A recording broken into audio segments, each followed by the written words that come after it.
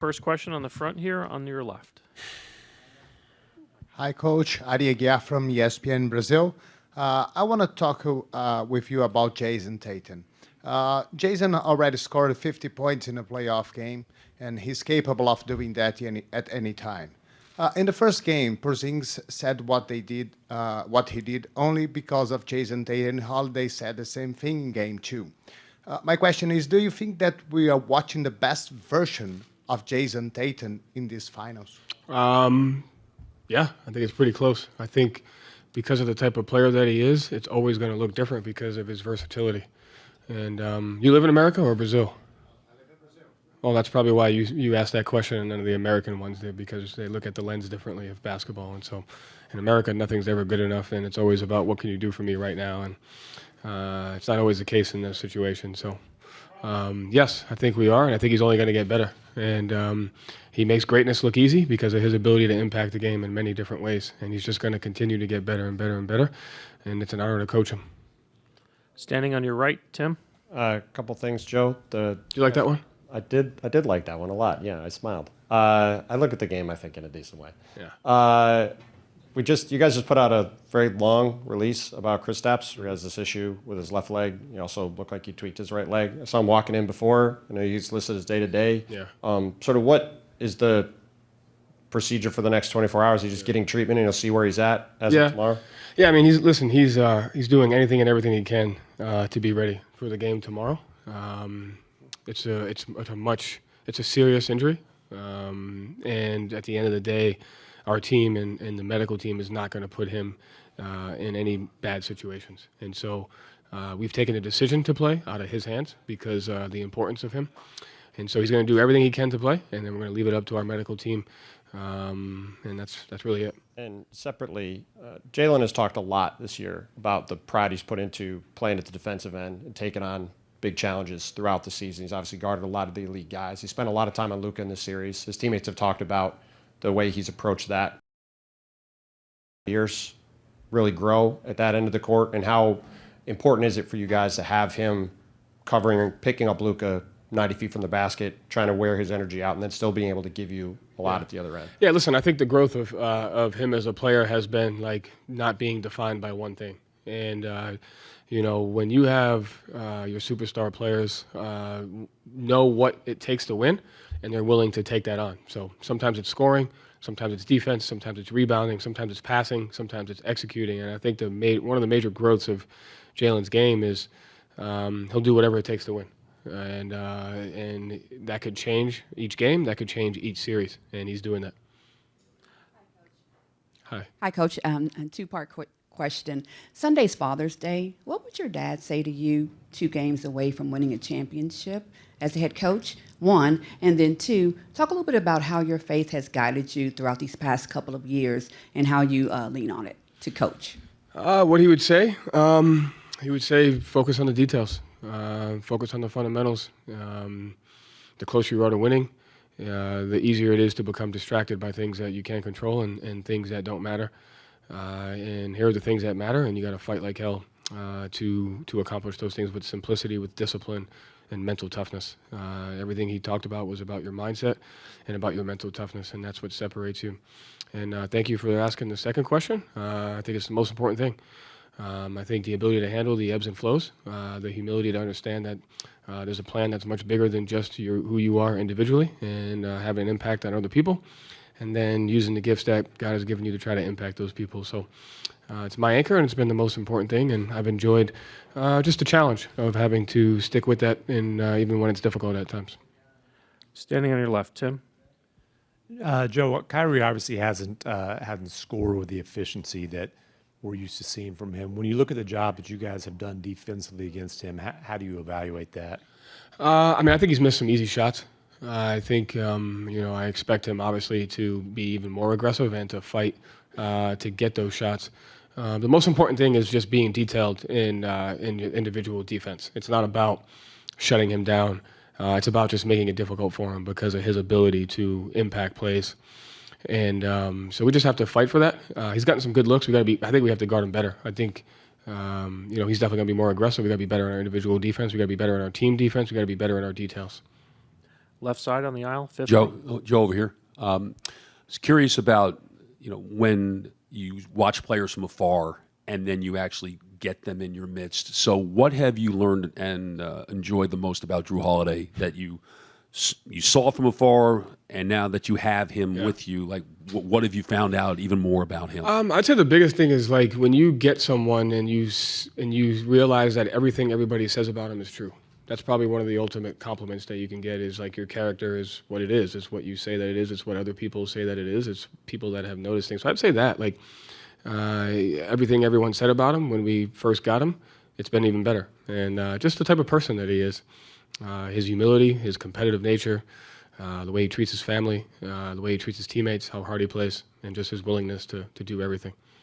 Bobby on your right. Bobby Manning, CLNS Media. Joe, did you see what happened when Kristaps got hurt in that second half, and what was the kind of the communication like with him over the last day here? You said he wants to be out there, he wants to push the play, but it can be out of his hands. What's kind of that communication like with him over the last day here?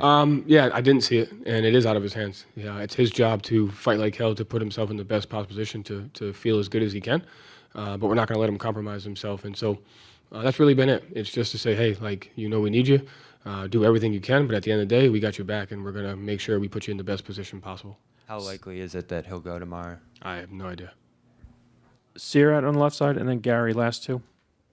Hey, Joe, Sirat Sohi from The Ringer. I've got two for you. The first is, I heard you talk about how you want guys taking certain shots so you guys have good spacing in transition on the other end, and the way you sort of see the game is sometimes being like soccer. I know Tatum sometimes gets criticized for taking, pull-up threes above the break. There was one where it turned into a Jrue Holiday rebound. I think it was in the third quarter. Is that sort of an example of what you're looking for in those positions where it's just like take the good shot, don't risk it? And if so, is that like where did that way of seeing the game come from? Yeah, criticism's the ultimate beauty, and it's just a sign of ultimate respect, and it's just a beautiful thing. So I really love the way Jason's handled that, and it's just a testament to who he is. And shot selection's all about timing.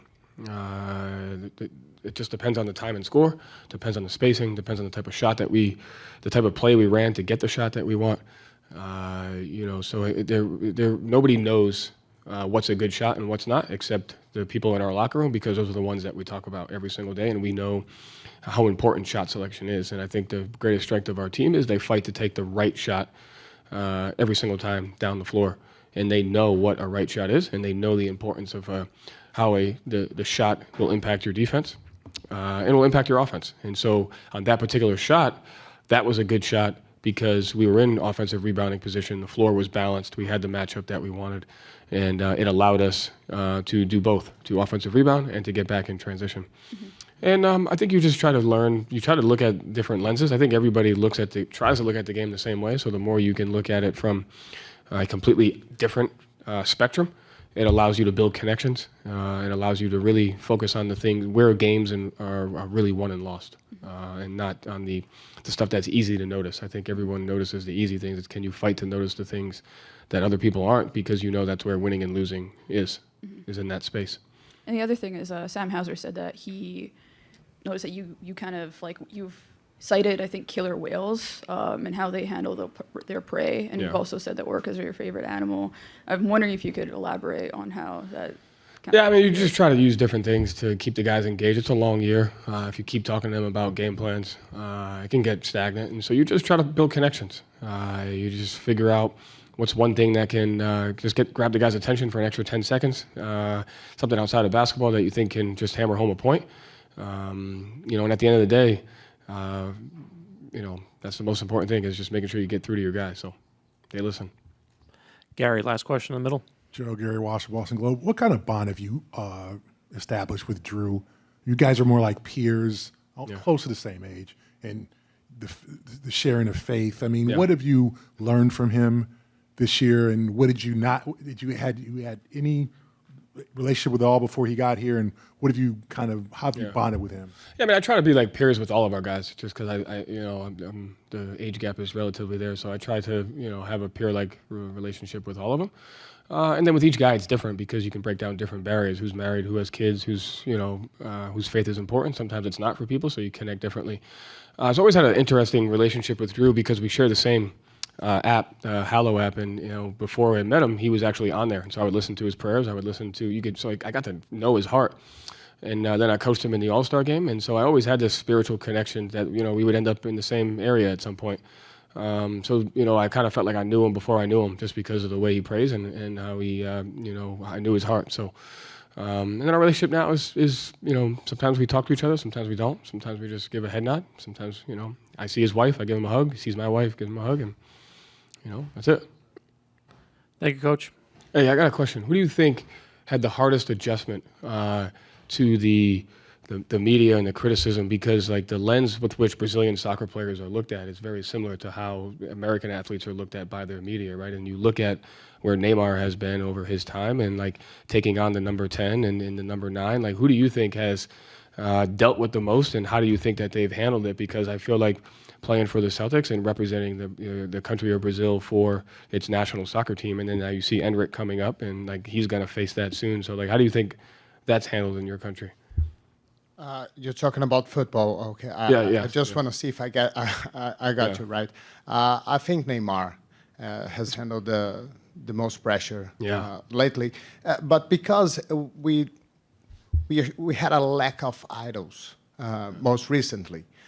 If we were back in 2002, we had Ronaldo, we had Ronaldinho, we had Rivaldo, we had a great national team, and this talent has went down for the years. And Neymar has surged like a huge talent. Yes. And we put a lot of expectations in him that he can deliver to us another World Cup.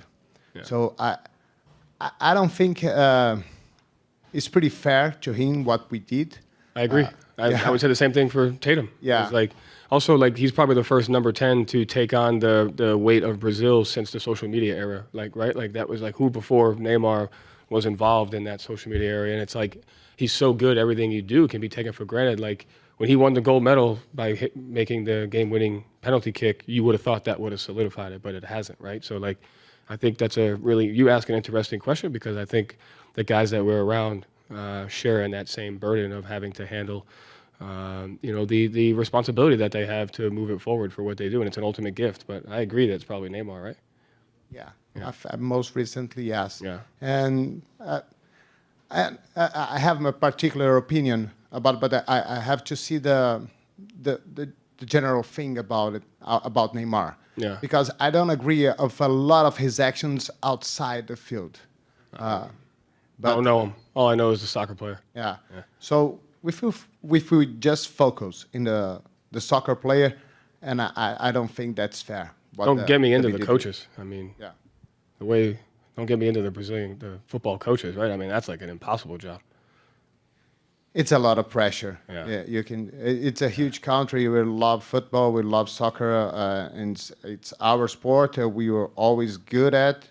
So it's a lot of pressure. Yeah. And most recently, the results were so badly that the pressure is just rising. Yeah. You got to study. I mean, I study that a lot because I think we're in a similar environment here as to how to handle all of that, The Boston Celtics probably is just for the basketball is just that great as a Brazil as a national soccer team. So it's pretty much the same. Yeah. And I know you love soccer. Yes. And I know you like Guardiola. Yeah. And I know you stole some things from his thoughts. Yeah, none of us are that good. We steal from everybody.